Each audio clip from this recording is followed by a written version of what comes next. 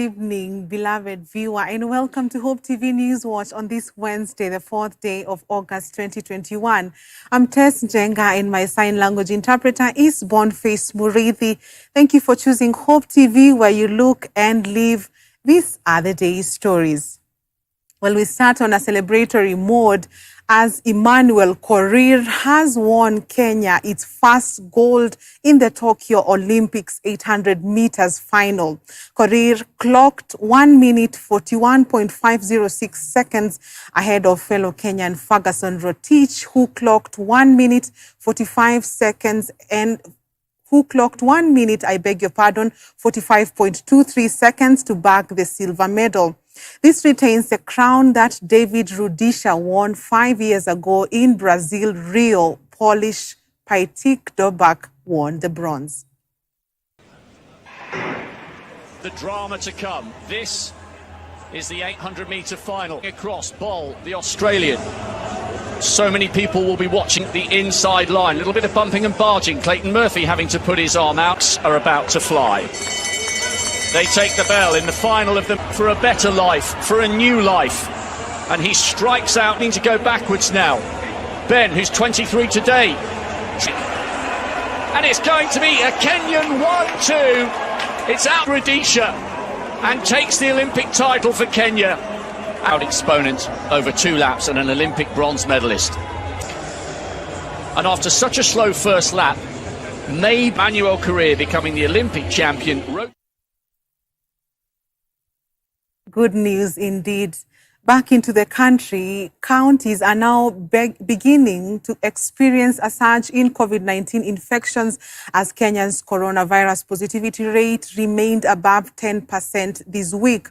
The Council of Governors has raised the alarm, saying coronavirus variants have increased pressure on county facilities. Council of Governors Chairperson Governor Martin Wambora said the emerging variants such as Delta are becoming more transmissible and violent. However, it seems not a concern anymore to many Kenyans, as some tend to ignore the Ministry of Health guidelines. Dolly Mwirigi has this story. The highly contagious COVID-19 Delta variant has already sparked the 4th wave of infections in the country. The rapidly transmissible strain, which was dominant in western Kenya, where it was initially detected in the country, is causing jitters in some part of the country, making all the counties bear the brunt of the variant. However, the government last week tightened containment measures in the country as the Delta variant became more dominant. Nairobi, Mombasa, Kiambu, Nakuru, Nyeri, and Kilifi counties have overtaken the western regions in terms of positive cases, with the Council of Governors saying the variant has been greatly contributed by the surge of cases of infections in the western region. The positivity rate is 15.4%. This is very high. We must strive to reduce the rate to the WHO recommended rate of below 5% and thus flatten the curve. Notwithstanding the foregoing, there is some good news. The testing capacity has been boosted in the counties with additional 17 PCR machines distributed in the month of May this year. But in Kibra, Nairobi County, members of the public are dancing to a different tune in what is said to be ignorance and no longer take precautions as they used to do before when the pandemic struck the country. Ile problem tuko nayo hapa, tuko na kitu inaitwa ignorance. Yaani ujinga, kukosa kuelewa. Hiyo ndio sasa mwingine ukimweleza mambo ya COVID, nakwambia hiyo COVID iko wapi? Hiyo ni ya serikali, inataka sijui pesa sijui kutoka wapi. Unakuta kwamba watu wanajisahau kujua kwamba ni nini inaendelea kwa ajili maisha. Magonjwa ndio hiyo na maisha inawapeleka mbio. Naona watu kama wameanza kusahau, maji ya kuosha mkono hakuna. Sasa watu kama wameanza kutupilia mbali. The council has appealed to the Ministry of Health to go to a step further and provide counties with the much needed testing reagents and rapid testing kits. Council of Governors Chairman Martin Wambora said that the county government are scaling up the process to avail medical oxygen, more so in the level 4 and level 5 hospitals. Counties have embarked on short-term interventions, including procurement of additional gases and liquid oxygen to match the increased demand. extension of piped outlets, and repair of non-functional oxygen generation plants. Ahead of the devolution conference that is set to take place in 3 weeks' time during the pandemic, the Council has assured members of the public of the elaborate arrangements that have been made of the conference to take place and strictly adhere to the measures that will be agreed upon. We have decided we may have to scale down the numbers from 5,000 to 3,000. Number two, we have also decided that we work very, very closely to monitor the situation of new infections, COVID-19 infections. Experts say the fourth wave will likely surpass the second and the third wave, with at least 1.2% of the population fully vaccinated. But the majority of Kenyans are slowly bouncing back from the Ministry of Health protocols, which is one of the biggest concerns now that the country is grappling the Delta variant. Dolly Mirigi for Hope TV, Nairobi. Thank you, Dolly, for that report. Just to alert you that we shall be having an interview on the rise of the cost of living for Kenyans via Zoom with Stella Chepngeno, who is a financial coach. Stick out for that shortly. Moving on, Kenya Medical Practitioners, Pharmacists and Dentists Union, KMPDU, has sounded an alarm over public health facilities' ability to handle the rising COVID-19 cases in the country. Speaking in Nairobi, the Union Secretary General Davji Atela warned that inadequate human resource plays a major role in the country's ability to combat the deadly disease. He now wants the government to hire more doctors on top of adding ICU beds. Daily COVID-19 data from the Ministry of Health continues to depict the severity of COVID-19 in recent days.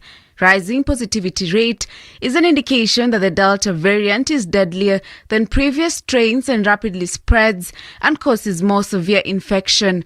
According to Centers for Disease Control and Prevention, CDC, the Delta variant spreads as fast as chickenpox.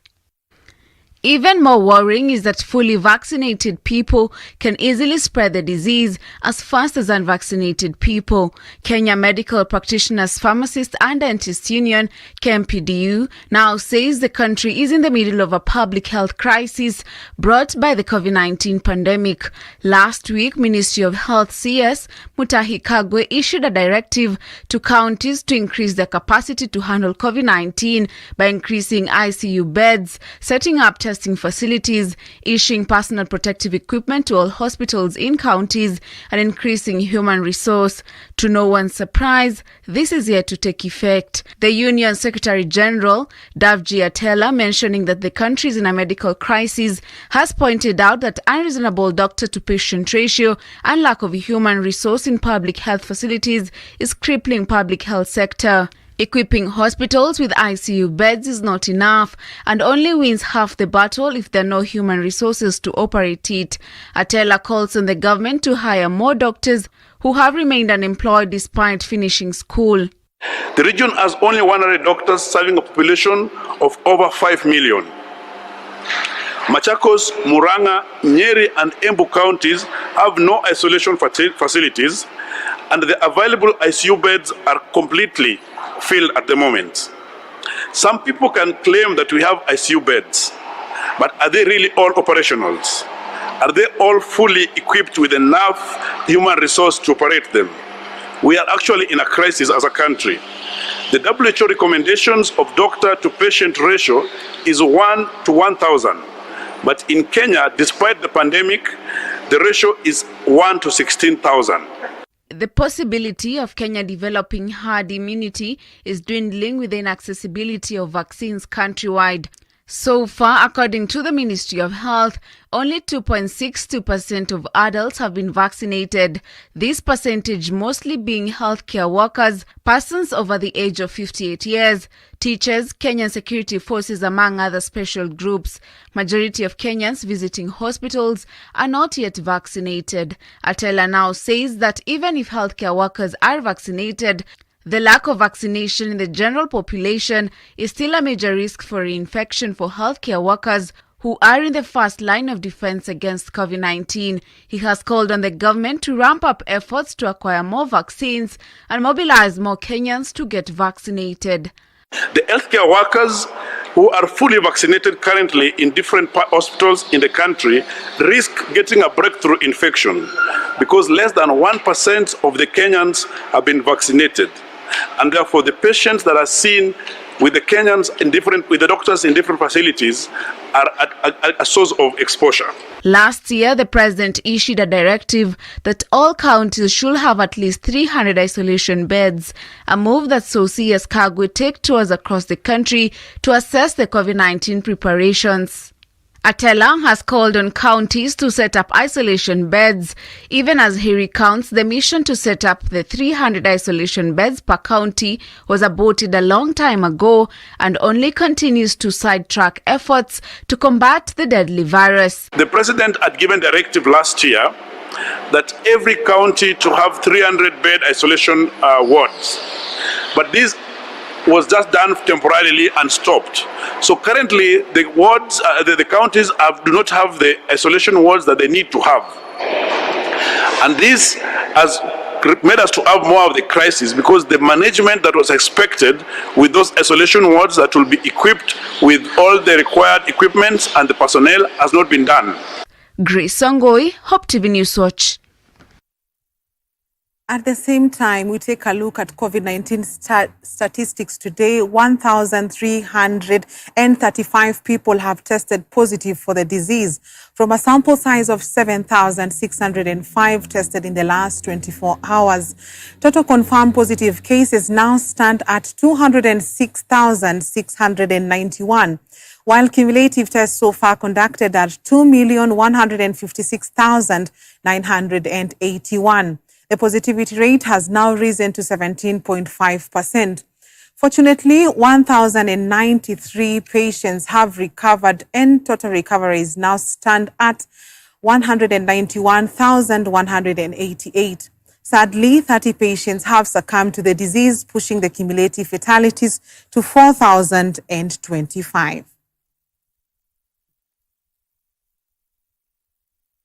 Well, let's now get into our interview segment on the rise of the cost of living for Kenyans. With us, we have Stella Chepngeno via Zoom, who is a financial coach and trainer. Let's begin with the recent Finance Act, where changes were made effective from 1st July 2021, while a few will be effective from 1st January 2022. For example, Stella, the cost of liquefied petroleum gas, LPG, has risen on introduction of VAT. Internet data cost has gone up, among others. What is your take on the Financial Act 2021 and how has it affected the common individual? Thank you so much. Let me say this, that the Financial Act of 2021, the effects has been felt by the common mwananchi. It was inevitable because the government has to raise funds or has to raise money because it has its expenses that it has to meet. So the government has been struggling to meet its expenditure, and therefore they had to look for ways to be able to make money. Unfortunately, the person who suffers most is the common mwananchi because that is the person who carries the burden. And therefore, this act, when it was effected, it has affected many people. And what I would say is that what we need to do now is to look at ways, what can we be able to do? What other ways can we adopt to be able to survive even during this season? And I've seen people even in terms of their calling, in terms of their data, in terms of the LPG, there are other ways that we can be able now to do our calls. For example, we can be able to use WhatsApp to be able to make our calls, which is slightly, we can say slightly cheaper because now we are also only using the data bundle. But unfortunately, it might not be something that can be,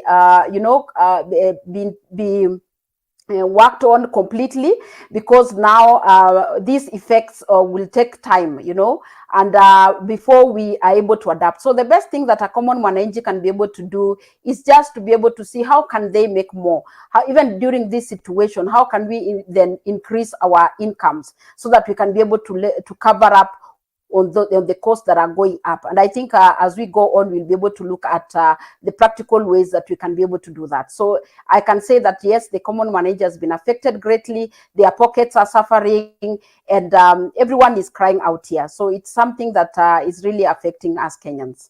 Thank you. That's true, Stella. Staying on that, the inflation rate has also been on an upward trend, especially as we gear on to the 2022 general election. How do you think this situation can be managed given the political season that we are in? When we talk about the inflation rate, usually this comes maybe every time we are having elections on the corner. It goes up, and when it goes up, it affects us because it means that the cost of living has really gone up. So what can we be able to do? The government is supposed to cushion the common person when it comes to inflation. How do they cushion that? They actually ensure that there is reduced circulation of money in the market, so that people now can be able to save more. Instead of spending, they are saving more. They also increase the rates of interest rates, so that that again cushions the mwananchi or the common man. In that, people are now they reduce on the borrowing, and hence reducing on the spending. So that's how the government can do that. But that again, it's things that we don't have control as a common mwananchi. But as the common man, we need to be able to look at what are some of the ways that we can be able to manage it ourselves. And one of the things is that at this point, moving towards this political season of 2022, what we need to do as individual is to be able to put something aside. This is not the time to spend on high tickets. High tickets means buying, let's say land, or buying, cars, changing cars, such kind of things, unless you had really planned for it. This is the time to put aside as much as we can, because we do not know tomorrow. And as you put as much as you can aside, make sure also you are putting in a place where it is earning an interest that is higher than the inflation rate. So don't just put money in an account that does not earn you any interest, because again, that is affected by inflation. So make sure this is a season to cut on spending. This is a season to be able to put something aside, because we do not know how this situation goes. But as you put aside, ensure that it is also earning interest. So the government is supposed to cushion us, but at the same time, we are supposed also to take action as individuals, just to ensure that the inflation rate doesn't hit us badly. So we need to take action now. In fact, most people, what they are doing now is looking for more. So you should be looking for more money right now and keeping it. Thank you, Stella. Still on that, we know that COVID-19 has affected many people's livelihood, with many losing their jobs and others' income going down. You mentioned some of the ways we can cushion ourselves, but maybe delve a bit deeper into some of the practical ways in which an individual can cushion themselves with the effects of COVID-19, which is still with us today. Yes, what I would say is that COVID-19 has come to help some people to come out of the comfort zone. I know it might sound, it sounds a bit crazy, but that is the truth, that it has come to push people out of their comfort zones. So for us to be able to say that how do we survive? How do we cushion ourselves financially? There's one thing I always say, that with one source of income in Kenya, right now, it becomes very difficult to be able to survive. And I think this has been, the COVID has taught us that with one source of income, it becomes difficult, just looking at one door. So what do people need to do? One of the things that we need to do is to think of ways to increase our income. We have two ways of increasing income. You can either increase it passively or increase it actively. When we talk about increasing our incomes actively, it means you either get another thing to do with your free time, that you are actively involved. We've seen people go online to do online jobs. We've seen other people, start what we call side hustles to be able to complement their incomes. We have seen other people, they have been able to put their money that they had saved maybe in places where it was not earning them in income, in order for them to earn passive investment income. In places like, for example, the treasury bond, you can put it in a fixed deposit, you can put it in a money market. Those are places whereby once you put an amount of money, it gives you a monthly income passively, where you don't necessarily have to work. So number one thing that we can cushion ourselves is, how can we increase our incomes? How can we multiply our sources of income so that we have many sources of income, not just depending on one? And when I talk about this, we don't have to look at all the time where will the capital coming from. Sometimes it's just the skills that we have. I've seen people, with their skills, like for those of us who are in training, when COVID came, we were hit very badly, because now we could not hold trainings. And therefore, what we did is we went online and offered our services online. So again, we need to adopt so fast. We have seen people who are teachers that in private schools, and when COVID hit, they could not be paid their salary. And what did they do? They started businesses, and some of them have not even gone back to work. So what I usually say is, start with the skills that you have.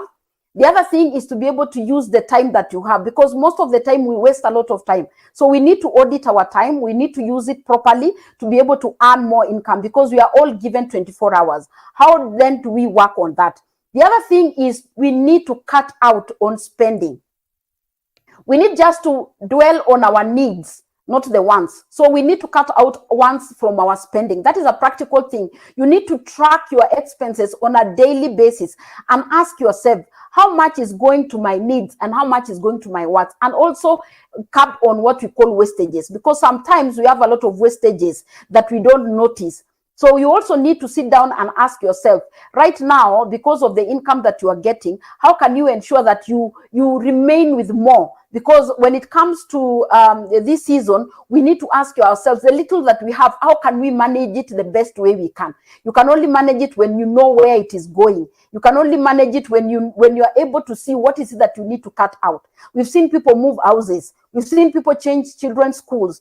It is not a bad thing to do so if the situations have gotten you to that level. We've seen even people move towns. They have gone to other towns. Other people have looked for extra work. So those are some of the things that you need to ask yourself. What are you going to do with yourself to be able to cut down? The other things that you need to do is to ensure, I think COVID has taught us that we need to have an emergency fund. No matter how small it is, at least have something that you can fall back to. Whether you look at what is it that you can be able to put aside. And I know we've been doing this, it's only that we have not been doing it the right way. Let me just use an example like merry-go-rounds that women have.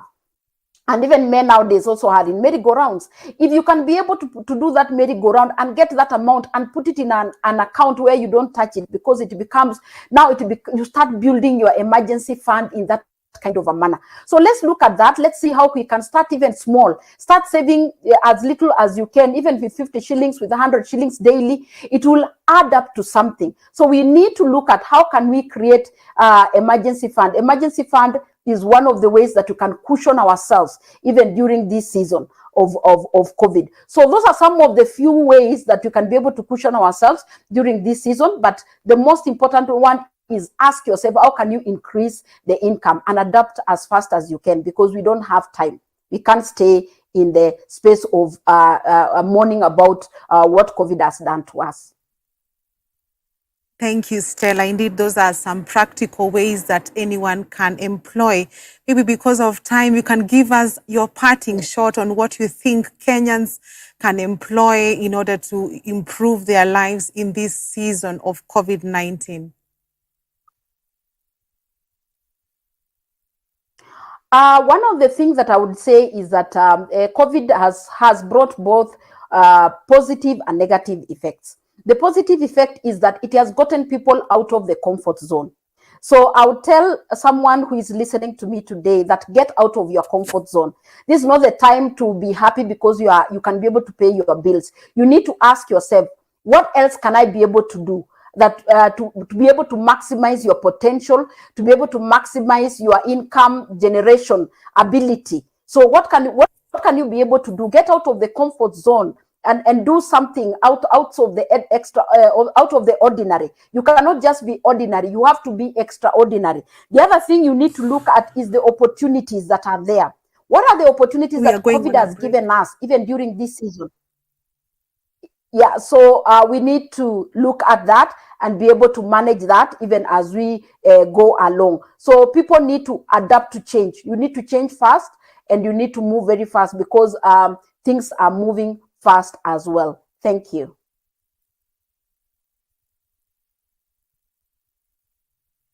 Thank you very much. That is Stella Chepngeno, who is a financial coach and trainer, and she's been giving us some of the practical ways that individuals can employ to curb the rise of the cost of living and also find a way of increasing their incomes. We now want to take a short commercial break on Newswatch Tonight. We'll be back shortly.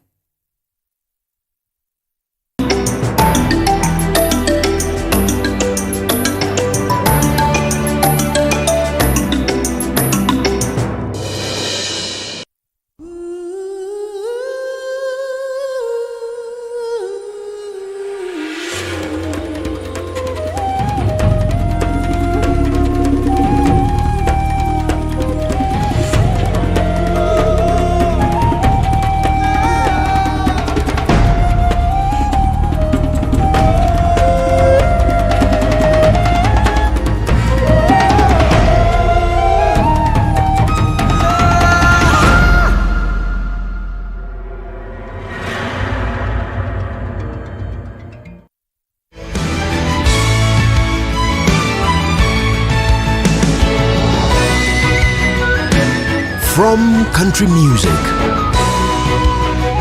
classical quartet harmonics, now I'm a child, homecoming series, for he saved the worst among tent revival,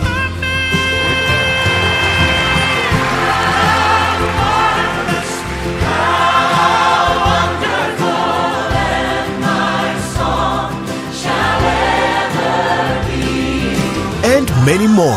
I'm gonna lay down my burden down by the riverside, down by the riverside. Watch these great musical adventures on The Bill Gaither Show, featuring Gaither Vocal Band, Linda Randall, For the God on the mountain. and many other series like The Alaskan Cruise. And now I'm feeling mighty fine. These gospel favorites, recorded in front of beautiful sceneries, guaranteed to rejuvenate your love for gospel music.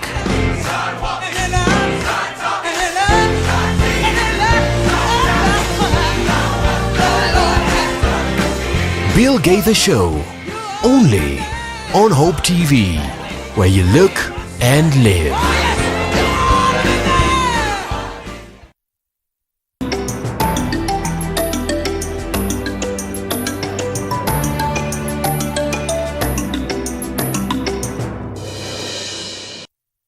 A very warm welcome back, and many thanks to Stella in the earlier interview, who has helped us understand more about the cost of living. Moving on, Deputy President William Ruto has asked the opposition to embrace the ongoing conversation on the bettering of the lives of the ordinary people. He said it was unmerited for some leaders to dismiss the bottom-up economic model, yet they had not offered Kenyans with alternative approaches to empowering them. Ruto was speaking at his current residence during a prayer breakfast with the African Independent Pentecostal Church of Africa leaders that was also attended by Mathira MP Rigathi Gachagua. Alice Diana has this story. You hear people talking about economics, and every time you listen to them, you get to the realization that they know nothing about economics. Some are even mistaking distribution of money as an economic model. Others are mistaking a policy called Buy Kenya, Build Kenya as a model. You know, it is very laughable. Let us not confuse Kenyans with semantics. Let us not start talking to Kenyans about which model or that model. You know, we are beyond economic classes. The challenges facing Kenya are not academic.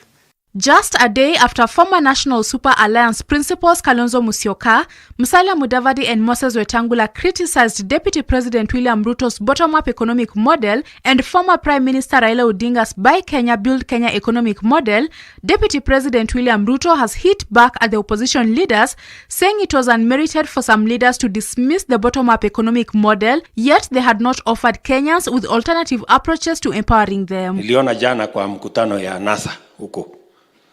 Walikuwa wanasema sasa hii conversation ya uchumi hatutaki watu watuambie economic model, hii hatutaki iwe academic conversation.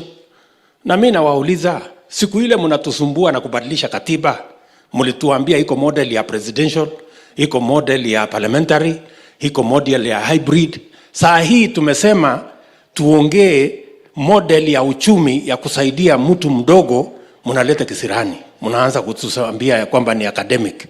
My friends, kama tunaweza kuongea model ya kubadilisha katiba ndio mpate vyeo, wacha tuongee model ya uchumi ya mwananchi vile atapata kazi na afanye biashara pia.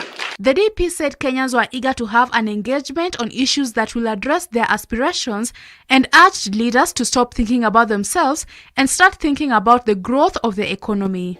We are going to have this conversation about which model of the economy. We have said trickle-down economic model has brought us where we are, where very few have jobs. 4 million people don't have jobs. 6 million people cannot do business.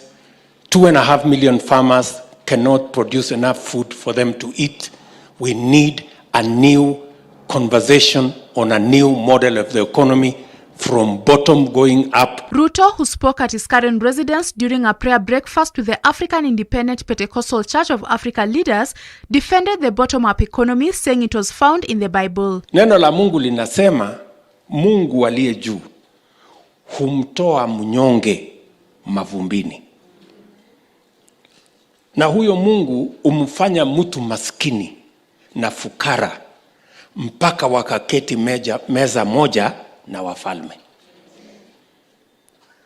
Ule wa mavumbini na maskini na fukara wakiketi chini meza moja na mfalme, si ametoka bottom? Ama sindio ni bottom up? For Hope TV News Watch, I'm Alice Diana. Thank you, Alice, for that report. Now, on the other hand, a group of members of parliament allied to the Orange Democratic Movement, ODM party, now claim that Deputy President William Ruto intends to use force to ascend to presidency in the August 2022 general elections. The leaders, led by Suna East MP Jeanette Mohamed, criticized the DP, saying the plans to borrow Uganda's ruling party NRM's style of leadership to capture power and rule Kenyans, therefore creating tension among the people. 2 days after the Deputy President William Ruto was blocked from traveling to Entebbe, Uganda from Nairobi's Wilson Airport, a section of ODM lawmakers are now accusing him of plotting to forcefully take over power from President Uhuru Kenyatta after the August 2022 general elections. And we want to repeat it here, that William Ruto is not fit to be president of Kenya. ODM MPs led by Suna East lawmaker Jeanette Mohamed claim that DP Ruto is seeking to borrow from Uganda's ruling party, the National Resistance Movement NRM, to ascend to the country's highest office. Deputy President William Ruto has once again treated our country to a sympathy-seeking circus after his failed visit to Uganda. But it is the revelation that Ruto seeks to use the tactics of Uganda's National Resistance Movement, NRM, to capture power here in Kenya that should make all Kenyans very afraid. While we do not wish to interfere with internal political arrangements in other countries, we equally want to state very categorically that we do not need to borrow from other countries' political habits, whose end results can only lead to chaos and backwardness of our country. Kenya is the most advanced democracy in this region. The leaders addressed the press in Nairobi County, where they cautioned Kenyans against falling prey to DP Ruto's presidential campaign slogan and his bottom-up economic model, saying his main agenda is to capture power and rule Kenya in a clandestine and dictatorial manner and destabilize the country in an event he loses the presidency. He finds people who are vulnerable to be used the same way Museveni used those who were desperate in Uganda that time to topple a government that was in place and to lead forever and to lead for life. And so what should come out of this press conference, as Junet put it, we are not bothered with whether Ruto was cleared or not. We are bothered with his relationship with Uganda, and we are bothered with what he's going to do in Uganda to destabilize. We are interested in the peace of this country. DP Ruto was in Kampala in July with President Yoweri Museveni, defended his plan to travel to Uganda, saying he has the freedom to move to any part of East Africa, and wondered why he was blocked to travel to Uganda for private reasons. I have never seen, I have never known, there is no law that requires that the deputy president be cleared at the airport. They are afraid of movement of the deputy president, both internally and outside the borders. I think they are afraid that he may make good friends outside. Officials say the DP's office is supposed to get clearance from the office of the president in an event he wants to travel abroad, since he requires a lot of protocol, aids and state security wherever he goes, so as to keep him safe and in ensuring that anything he requires is catered for. Dickens Luvanda, Hope TV Newswatch.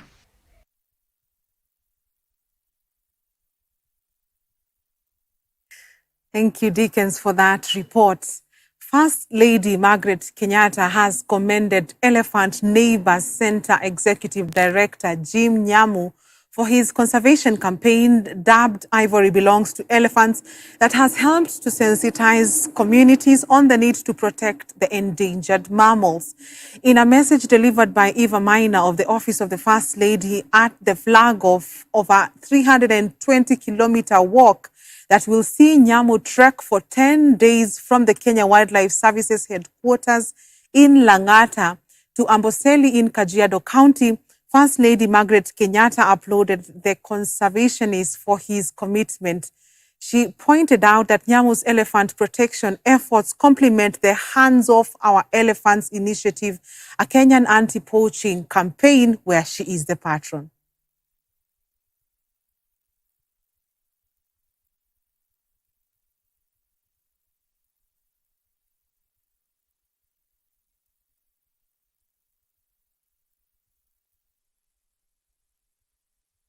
Kirinyaga County government has rolled out interventions to help control the increase of lifestyle diseases in the county.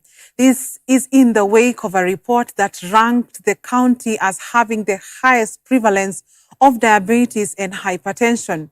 Governor Anne Waiguru says reports that the area has the highest number of people suffering from high blood pressure, diabetes, and kidney ailments are worrying, and the trend should be controlled. Waiguru said that the interventions include health education, rollout of medical checks and clinics for the disease in all medical facilities across the country, and encouraging fish and poultry farming. She said increase in cases of the lifestyle diseases has also been seen demand for medicine to treat the ailments to unprecedented levels. That are meant to help our people. So this program is particularly for economic and also nutrition. On the nutritional side, we are hoping that we will enhance our balanced diet Kirinyaga is having a challenge with an increase in lifestyle diseases. And we have been marked as one of the counties with the highest growth in lifestyle diseases. It's very concerning for me as a governor, and therefore we're encouraging our people to diversify from just eating too much red meat or too much starch to also go to white meat, whether it's in the poultry, chicken, or fish, or pig, so that we can reduce the propensity of getting these diseases, because once you get them, it's very difficult to reverse them. So that's the double role we are here, and we're very grateful to the farmers who have taken this initiative. We hope that it will work well and serve them well, and if it improves, then we'll expand to a lot more groups. To a sigh of relief, 84 students who nearly missed secondary schools have gotten scholarships. I beg your pardon, 84 students in Kitui who scored over 300 marks in the 2020 KCPE exams but risked not going to Form 1 due to a lack of school fees can breathe a sigh of relief after getting full scholarships under the NGAAF-funded scholarship. The selected learners will have all their fees and upkeep for the entire 4 years of learning catered for, while issuing the scholarship checks totaling to 3.8 million Kenya shillings. County Member of Parliament Dr. Irene Kasalu regretted that widespread poverty in Kitui was to blame for increased cases of bright students abandoning their studies over lack of fees. Ni siku ambayo nimechukua watoto wenye walifunzu zaidi wakapata marks ya 300 and above na wakakuwa hawawezi kwenda shule juu ya shida ya school fees. Tumechukua jumla ya watoto 84 students wenye tutapea full sponsorship. Tutawalipia school fee yote kutoka Form 1 mpaka Form 4. For this sponsorship tumetega 3.8 million shillings to lipia so that we can be able to pay the full school fees ya watoto wote. Kitui is one of counties zenye zikokuwa sana. Kitui County ni county yenye hatuna hata famine yenye subsistent famine yenye unaweza sema unakuletea pesa ambayo utapeleka hao watoto shule. Kwa hivyo hao watoto ni bright, lakini shida huko nyumbani kuna shida ya school fees. Na hiyo ni changamoto sana kwa county ya Kitui.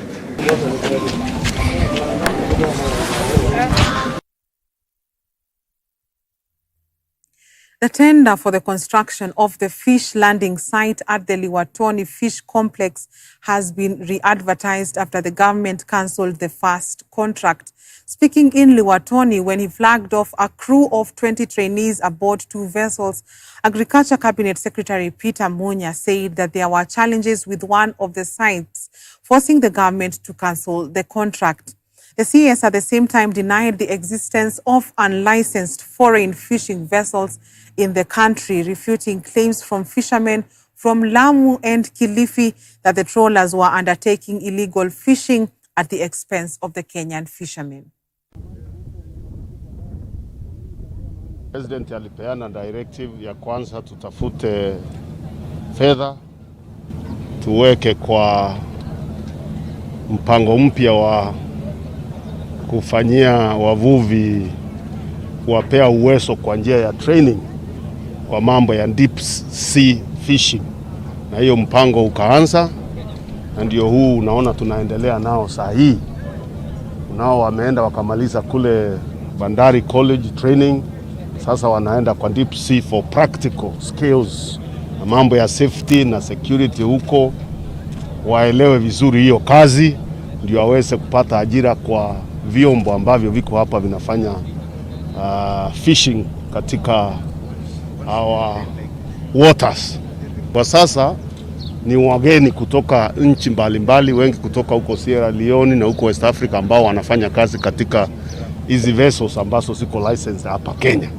Kwa hivyo hiyo ndio gap tunataka kuziba, na tumeweka hii effort kwa vijana kutoka county za Pwani specifically. Hawa wote wako hapa, unaona wanaenda training ni watu kutoka kaunti za pwani ya Kenya.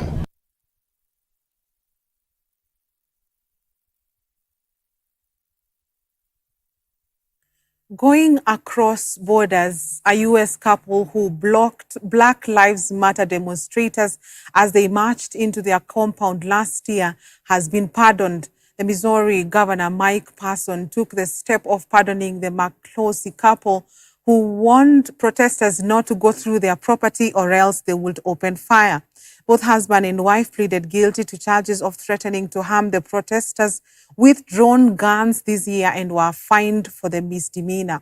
The governor had promised to pardon the couple if they would be convicted over the allegations of potential harm to the protesters.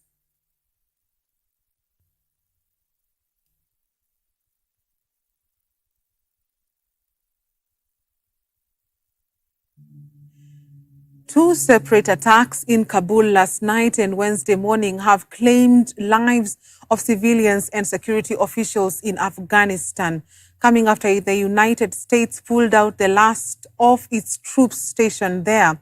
Authorities have said that the extremist group Taliban claimed responsibility for the initial attack. Though Wednesday's attack has not been attributed, police say that it appears to have targeted a security minister. Kabul residents in the location of the blast took to the streets moments to condemn the killings as they pledged to stand with the government against extremism.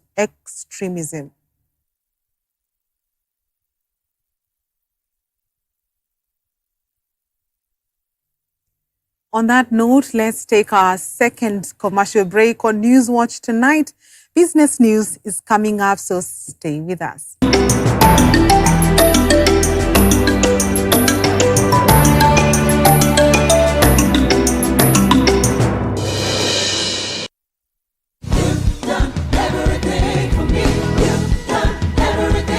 Join us every Sunday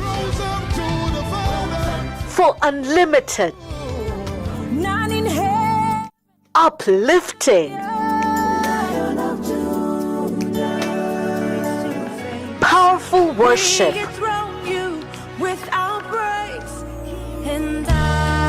Only on Extended Worship.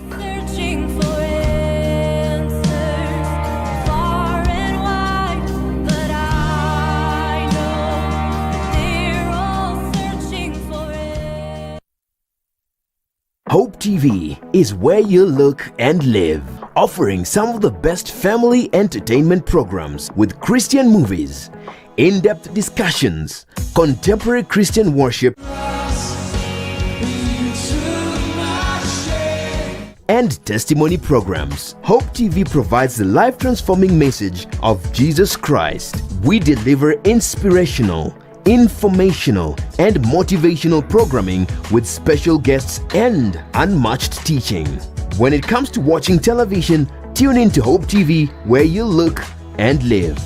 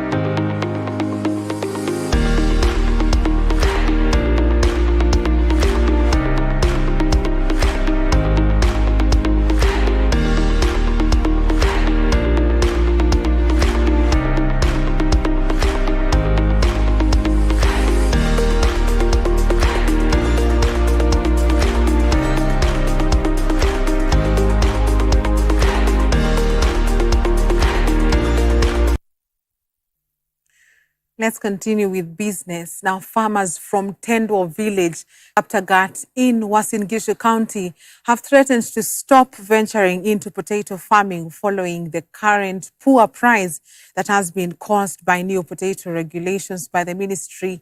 Addressing the media, the farmers said for decades the crop has been their source of income for their families. The angry farmers accuse the government for passing the regulation without involving them and are now worried on incurring losses due to lack of market.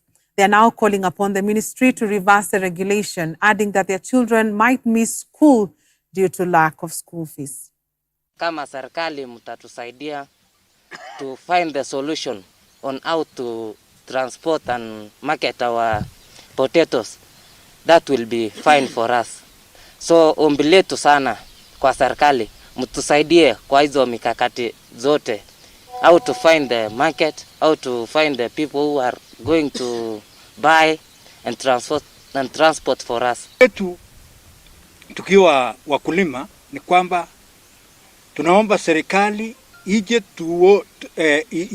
iondoe hiyo sheria kwanza, alafu baadaye wakuje tufanye public participation, tuongee nao ili tuone ya kwamba inawezekana ama haiwezekani. Sisi watusaidie sababu hatuna mahali watoto wataenda. Hiyo bei ya 500 hiyo, hata kama ni 500 sababu watatoa nini hii ya kazi, tunabaki tu zero, hakuna kitu. Ambaye tunatoa hapa ni 50 kg na 50 kg ni shilingi 500 na 500 ukitoa mtu ambaye amechimba na shilingi 100, transport shilingi 200, unapaka na shilingi 200 ama 300 na ucha transport utabeba unafika mahali.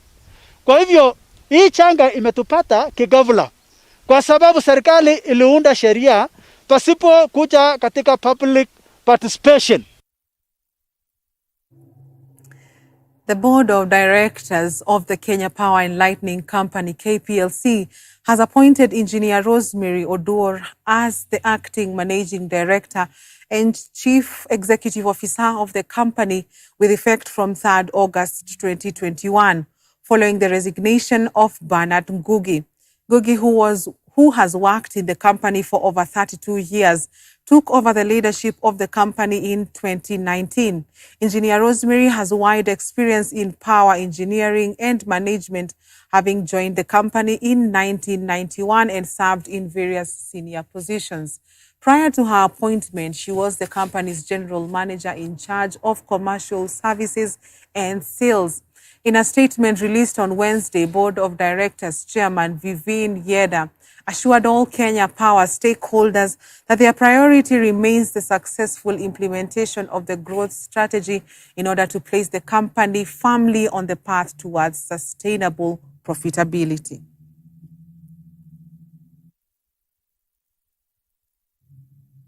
And regional low-cost carrier Jambojet has announced plans to begin operations to North Kivu capital Goma in Eastern Democratic Republic of the Congo and the coastal island of Lamu as part of its expansion program. The inaugural flight to Goma will be on 10th September 2021, starting with 2 frequencies weekly. This is set to grow to 4 frequencies weekly, flying on Monday, Wednesday, Friday, and Sunday. The airline will fly to Lamu 4 times weekly starting 15th September 2021. Customers will be able to book Nairobi to Lamu and Mombasa to Lamu, as well as Lamu to Mombasa and Lamu to Nairobi. The airline is taking advantage of the huge opportunity the African market has to offer and the rising demand for air connectivity in the region. Jambojet currently flies to 6 destinations, including Mombasa, Diani, Eldoret, Kisumu, and Malindi from its primary hub in Nairobi. The airline also operates a direct flight from Mombasa to Kisumu and Eldoret in a bid to diversify its product offering. Jambojet launched other services in October 2020.